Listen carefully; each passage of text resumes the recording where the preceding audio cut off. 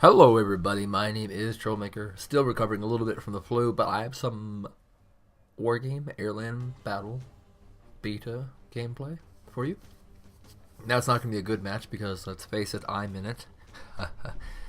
But we do have two minor celebrities involved here. Rapeman and Wolfeater. Wolfeater, I believe, was Final 16. I think Rapeman was Final 32 of the big $30,000...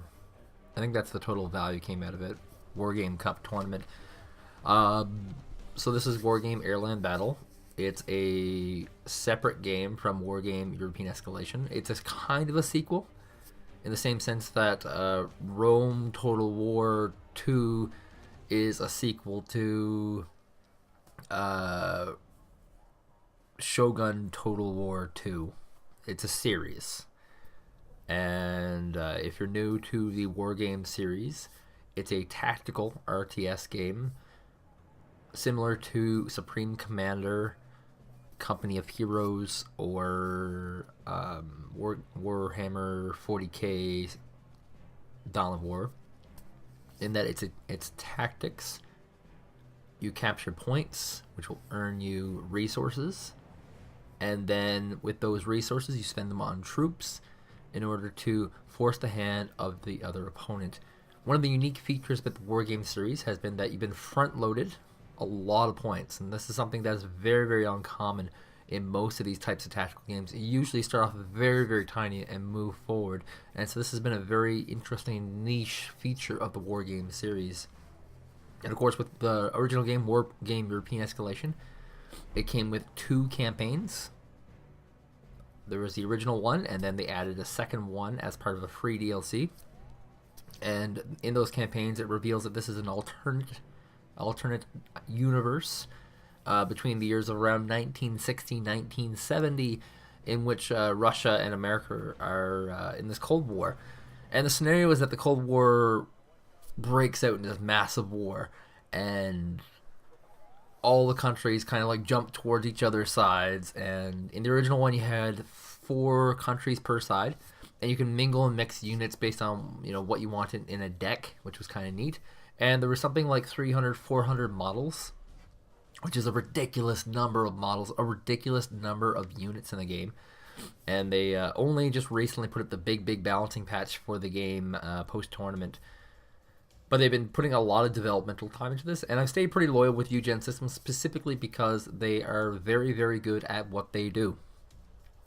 They've been giving a lot of free content and a lot of updates. They haven't been abandoning their content, and they haven't been ignoring low sales or high sales. So this game is made by Eugen Systems. They worked on Wargame European Escalation, and they're also the guys behind Ubisoft's Ruse, which is also another great game.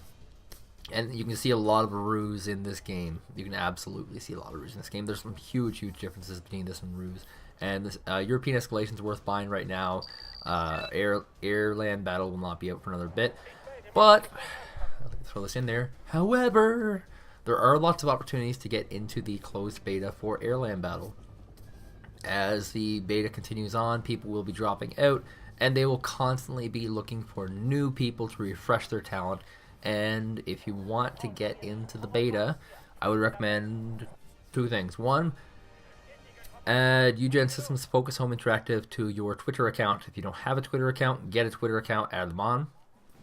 Very often, separate from this other method of getting beta, they will go on to their Twitter and throw out some keys for people to grab. Sometimes they'll have small contests, sometimes they'll have draws, and a lot of times they'll just throw keys out there. So if you're very aware, very active, following Focus Home Interactive on and of course Eugen Systems on Twitter, you will get a higher access to keys. The other way is to sign up on the forums at wargame-ee.com/forums, and every now and then they will be looking for more testers there as well. And just staying an active member of the community can get you a lot of prime attention. So having said that, you can also add me to Twitter at _troublemaker. Yeah, I'll have the Twitters for Focus Home Interactive and for Eugen Systems in the description. Just hit the more button, and then you'll have access to a potential beta key. this beta weekend's over. There'll be many, many, many, many, many beta weekends. This is the first beta weekend. It is the quote-unquote VIP weekend, because this is the one where they have invited all the winners of the Wargame Cup, top 66, which of course Rapeman and Wolfeater are. They've invited a few YouTubers, like myself, like No Destiny, like Anoka. They've added a lot of top players in the game that did not make it, like the Marshals. And they've included, yes, all the marshals who were responsible for testing, and they've also added in some moderators in themselves. And they've also added in a few extra community members who've been showing a lot of initiative. And so this is your VIP beta. It was designed specifically with the concept that the people who are going to be jumping in here are going to be moderately the best of the best, but not exactly the best of the best, and they'll be doing most of the initial balancing for the game. The game right now, not very balanced. It's very, very incomplete. It's this isn't, like, you have to understand, this isn't like a StarCraft 2 beta. StarCraft 2 beta, it's basically like the game is done, and they're trying to advertise and hype the game for a bit. This is an indie beta, because Focus Home Interactive is an independent publisher, and Eugen Systems is an independent studio. And this would be closer to a beta like, I'm trying to think of indie games that aren't terrible, but most of them are. Minecraft. There's a non-terrible indie game. This would be closer to Minecraft, in which the developers are taking the recommendations from the community, putting them into the game, and over time there will be a nice game built. So having said that, having this big giant introduction into the game, which I'll only be doing once in this first diary of beta coverage, 15-minute rant on what this offers. So if you played Wargame European Escalation, a lot of this is going to be more relevant to you than people who have not. But I'll try to explain this in terms of a person who's new to the game as well. So the first major change is obviously the user interface. The user interface has gotten quite a bit of flack because of how cluttered it is. I honestly like it. When you zoom out, you get all these symbols, and the symbols indicate what type of unit.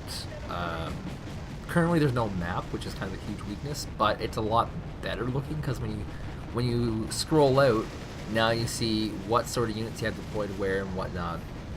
And like I said, this is a totally new game, so it might seem weird that there are some features in Wargame European Escalation that are currently not available in AirLand Battle, but that's absolutely true. So the UI is very, very different. There's a lot less information clutter, which is a huge advantage for me. A lot of people hate it, and the people who are hating it are generally the people who are really, really, really good at the game. They've relied a lot on information, and that's completely understandable. Information is important, and with this big change, though, it makes it so that for me as a caster, it's a lot easier to really just jump into a game and do it. Of course, it is going to be, all the information that you need will be available in the deck options whenever they create those, and they will eventually, but not now, they will give all that information, that pertinent data like ranges, damage, types of ammunition, whatnot. But the critical information for me is this unit anti-air? Is this unit anti-air artillery? Is it anti-tank? Is it tank destroyer? Is it a tank? Is it a heavy tank? Is it a light tank? Is it infantry? Is it anti-tank infantry, anti-air infantry, artillery, rocket, barrage? These are the kind of things that I'm actually interested in when I'm playing the game as is. I'm not that interested in what's the effective range of my tank destroyer. That's not all that important information. There are some times where I have to look up the differences in ranges to see if I can just snipe. But realistically, in a combat scenario, I'm not that interested. I'm not that interested in whether my tank has more damage per shot than your tank. Because there's also a thing that'll pop up saying inefficient. They'll say this is an inefficient battle. And this has been something that's always been in Wargame European Escalation for all time. It's not something new, it's not something fresh, it's just always been there. And so the idea that I need to know the damage that my units do, not that valuable to me. So the idea that it's high HE or AT, that's useful information, but that's all something that can be condensed down to small stuff. So even though people are saying this is a much larger UI, it's also a much more condensed UI as far as information. And they will need to make a few improvements, like they'll have to include a unit map for following what's what. For the first, I'd say, the first month of learning this game, learning what the symbols are is going to be very, very challenging, and that's something they can definitely work on. But I overall like the UI. I think it needs some work, but I think it's overall a little bit better. If you look on the right hand side of the screen, you'll notice that there is the map is much larger part of the screen, which is very good because the old map, you just like a flashing scare noise, and it would tell you what's going on, but then you look at the map and you can't see anything. This map has road information. It has forests very deeply grayed out on it. It has towns in white. It has larger red markers than before for your enemies and larger green and blue for your allies. The only thing it's missing, of course, is the zones. And I'm not sure if that's because they don't care or whether it's just not going to look good. I honestly have no idea. You'll also note that the score screen on the bottom panel of it is a little more informative. In the old one, the score screen was kind of, how do I put this? Mysterious. I go into a match without reading the rules, and then I would say, oh, hey guys, is this a game to 2000 or 3000, or is this destruction mode, or is this that one where you gotta destroy everyone's command centers, or is this the one where you have to defend? Or I'd have no idea what the game mode is, but you can clearly see now they've marked out what the game mode is. The second that points get involved, that's the game mode. So you can see that in this particular mode, we have to get to 2,000 points. It's 2v2. I think that's a lot of great pertinent information. Easy change. Colors. Colors are pretty important. One of the big complaints about the original coloring scheme of the game was that it wasn't very good for colorblind people. And basically 1/4 of all men are red-blue colorblind. It's a funny little statistic. And so I'm not colorblind myself. But having red-blue, like deep red-blue, is really hard on colorblind people. And it made the game really inaccessible to people who are colorblind. And you can see they changed around the colors a bit. They've changed red into more of an orangish, and they changed the blue into more of a light blue. And that distinction will make the game much more visible for people who are colorblind. And when people switch into colorblind mode, it'll be a less observable change in the game. Deployments. Deployments are a big win for me. The old one was really cluttered to me. As you can see, when you hover over each unit, you get your nice little information toggle. It doesn't take the entire screen. It only takes about 25% of it. So when the information panel pops up, it's not like you're going to miss something. As well, you'll note that there are no variants. When you select on the T72, you don't get T72A, B, UV, AMB, AMS, AKQ, K, T72, blah blah. You don't get this giant menu pop up. Instead, what you get is just the one that you select for your deck. Now, if this we're playing with pre-made decks, I believe I'm playing as the Polish in this. I believe I'm playing as the Polish, and so we're playing with pre-made decks. But the fact that there's not like 5 million variants just sitting around is a huge win for me. I love that. I hated the fact that there's this huge drop-down menu, and that in it there was ridiculous amounts of information. I like these nice, simple, condensed menus. You'll also know there's a button on the top left, very top left, called AirCom. You'll never see me basically click it because it's toggled by F1. This unleashes your jet fighters. Jet fighters are really cool. As far as I know, there's no RTS game out there with jet fighters. I mean, Command & Conquer Red Alert 3 had like the Tatangos, which were your hybrid Harrier type jets that could transform. But there's really been no tactical jet fighter use. And so these are really cool. They're very, very fragile. They can die fairly easily to some rockets. And they do have to be kind of babysat. I'm obviously kind of terrible at not babysitting them in this, and I'm just losing them left and right. There's two types: air superiority. These are used for knocking out helicopters, and they're used for knocking out enemy jets. To knock out enemy jets is really, really challenging because you have to have them deployed before the jet arrives. So that's one big thing. Interceptors are a little bit of a challenge, which is good. You want to have a micro challenge in the game. As well, you can deploy them against enemy helicopters, which is their prime use. This is the basic advertised use of this vehicle, was that you're going to be able to go in and just mug helicopters.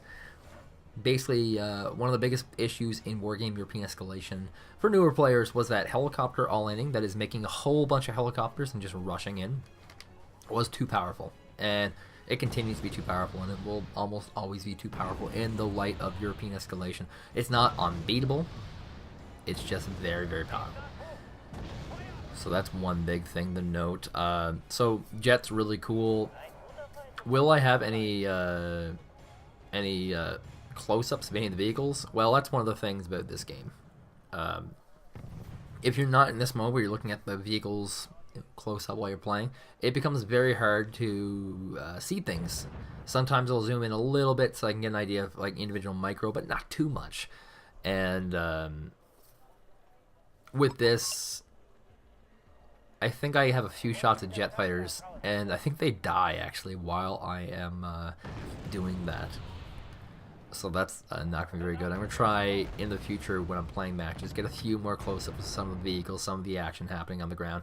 It's actually very aesthetically pleasing to watch a battle, because also you're not going to see in this, and this is a change that I've witnessed quite a bit, you will have a lot of burnt forests. Burnt forests, of course, burn infantry, and they will also negate that forest as an element in the game. There's also smoke screens, which are pretty cool, which when deployed make accuracy all hell. And both of those things I want to show you in the future, but right now for this game it just didn't happen. Both teams are kind of playing like as if we were playing Wargame European Escalation, but then we're throwing in some jet fighters. So this is actually a very, very early game for me. It just so happens that I didn't record a lot of the other games. Oops. What else is really great about this beta? Really quick.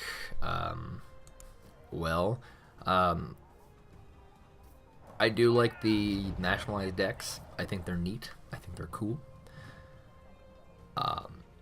They do have a little bit of a problem right now, and it's a huge, huge change from work in European Escalation. So once again, if you're new to this genre, you're new to this game, on each one of these bases is a number. Sometimes it says 5, sometimes it says 6, sometimes it says 1. In the original Wargame European Escalation, the highest base number you can get was 6. Absolute highest. And that was usually only one of them on the map. And if there's a 6 on the map, that means every other base is either like a 1 or a 2. In this game, every single base is a 5 and a 6. The big ones are 12s. You know, that's insane. So already, the amount of income in the game is actually insane. And it makes the game a lot funner, a lot more fast-paced. You're doing a lot more pushes, a lot more action.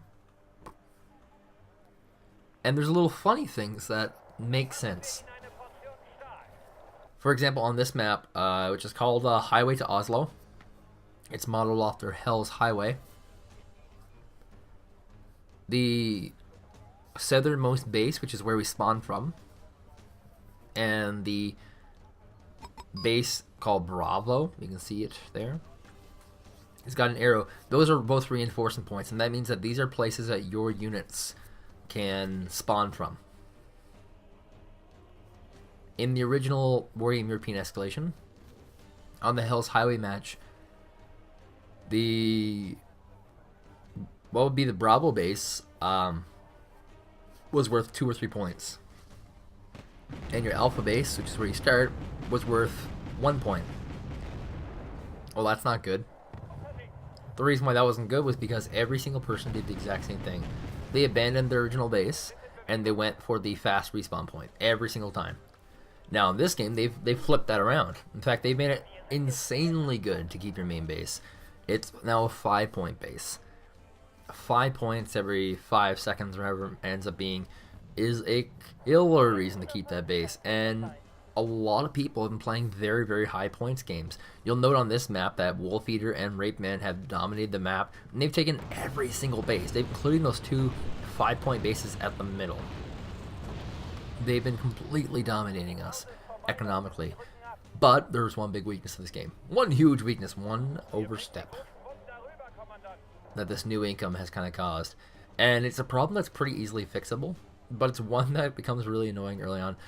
There actually is a deployment limit in the game. And this is something that was in Wargame European Escalation as well. You can only deploy so many of each unit. So the most famous one was the Martyr VTS-1, because the Martyr VTS-1 was this mass rush vehicle. And it was very, very good at mass rushing. It was capped out at 8. So what people would do is people would make these ultra high veterancy units, and they would just rush in with like these really overpowered Martyr VTS-1s. Well, 8 in this game isn't really that much. 8, considering that in the time it would have taken you to get 8 Martyr VTS-1s, you can now spawn like 50 or 60 of them. That's the big issue. And so it becomes very easy to defend a lot of pushes.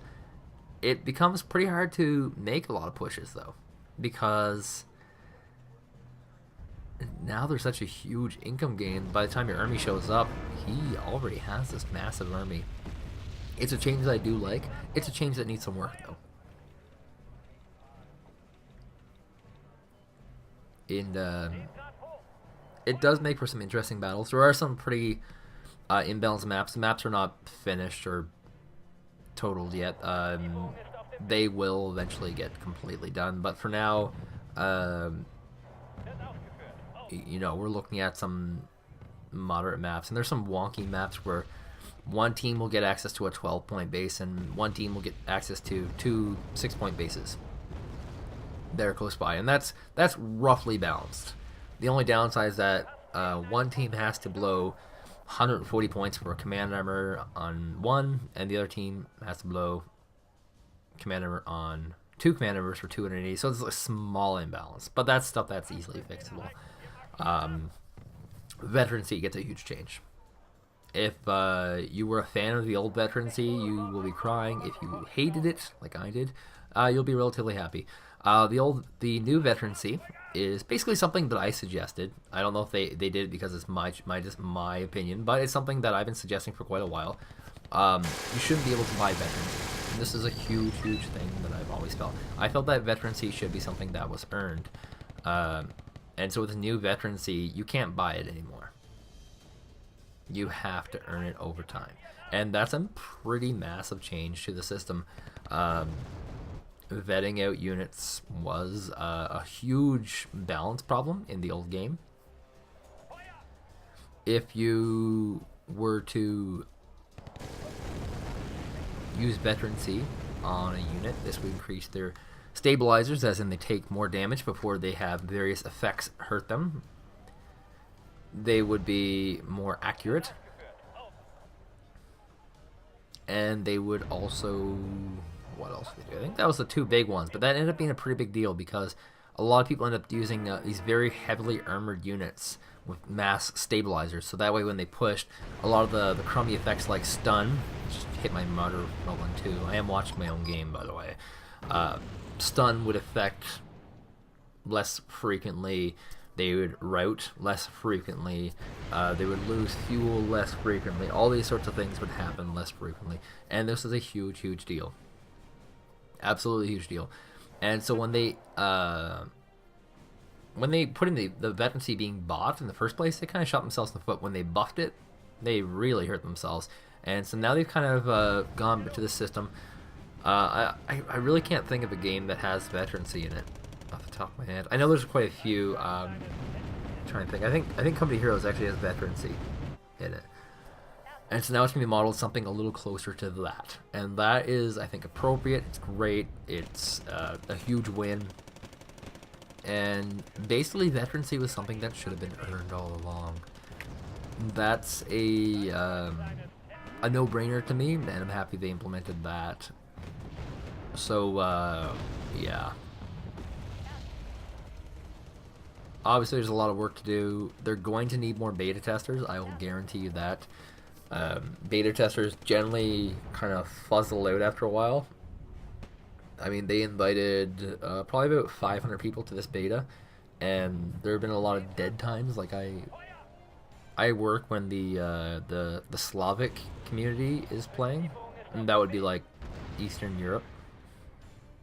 I'm not sure if Slavic is a derogatory term or not, but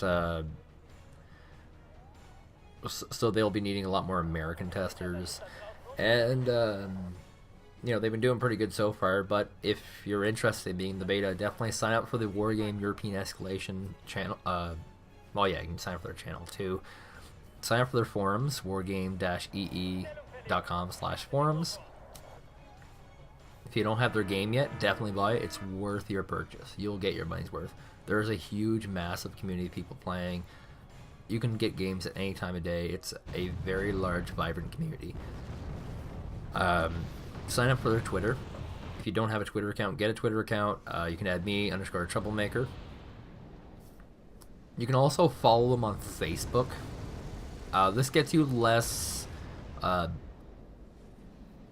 think they're less active on their Facebook with in regards to beta stuff, but they will have more images of the models and the damage. And here we go. Wait for my jet fighter to get destroyed. Now I didn't evac that Winchester. He's doing that automatically. He does that automatically every single time he runs out of ammunition or fuel.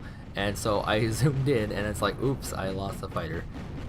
Anyway, that's I got distracted for a second there because I just did the thing that I said that happens when you do this. There's a lot of room in this beta for improvement. It's going to need different people. It's absolutely going to need a different group of people. It's going to need people who are motivated to log on and play the game. It's going to need people who have varied computer specs. Mine are currently on high. There is an ultra mode. I can get to ultra, but I can't get to ultra while recording. You know, not too bad. The graphics are a huge upgrade on this version of the game compared to the last. They also need people who are running it on the smallest specs. They need to find all the bugs, all the flaws.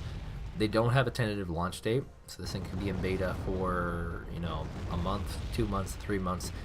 There was an Amazon leak for late April, which would be effectively 1 month from now. But there's no need to believe that that's actually when it'll end. So definitely make sure to subscribe to my channel. I'm going to have a diary after every single beta, including some of the changes to the game. I will have some featurettes every week from their base game, Wargame European Escalation, and I will be active on the forums. You can join me there as well. It's lots of fun. My name has been Troublemaker. Thank you guys for joining me. Hope you enjoyed this beta video, and I will have more in the future. If you have any recommendations for any kind of national decks you'd like to see me play, or any units you'd like to see up close, or any kind of strategies or tactics you think I should try out, definitely post them in the comments. I'm always reading all the comments. Thank you guys once again.